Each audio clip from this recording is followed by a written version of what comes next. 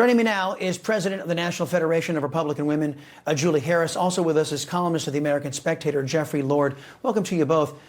Jeffrey, am I wrong? Did I miss a bill passed by both houses and sent to President Trump to rein in these lawless judges? Have they defunded their courts? Did I miss an impeachment somewhere? Yeah, they impeached everybody and we just weren't looking. You know, I mean, this is a real problem here with Republicans in the House, I have to say. And I've seen this kind of thing before.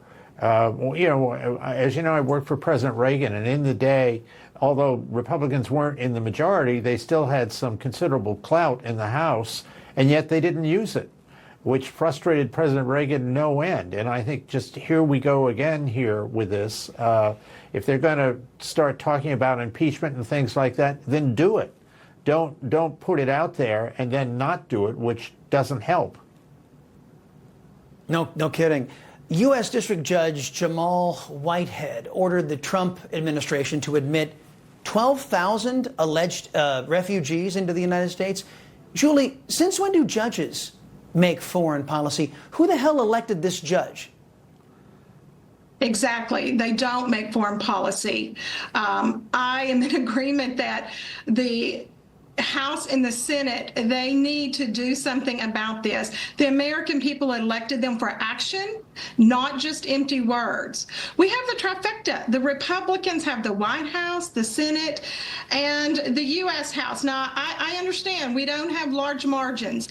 I get that. But put something out there. Let's see some action. That is what the American people elected them to do. We have seen a trend of our justice system being weaponized, from these activist judges to our own agencies, the FBI, having anti-Trump agents acting and targeting against the president. Look, I've said for a long time, if they can do this to the president, they can do it to the average American, to you and to me. We need our elected officials to do something about this.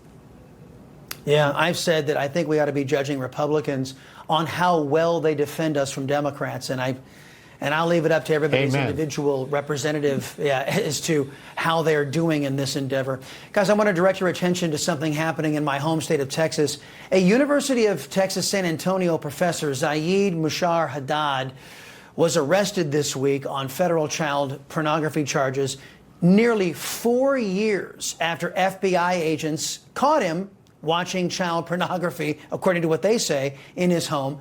Jeffrey, isn't it telling the Democrats who ran the federal government and the Democrats who run San Antonio just ignored this for 4 years, letting a known threat to children in the community just wander around free? I mean, Chris, this is just appalling. And you got to say, well, first of all, you wonder what's going on with the authorities.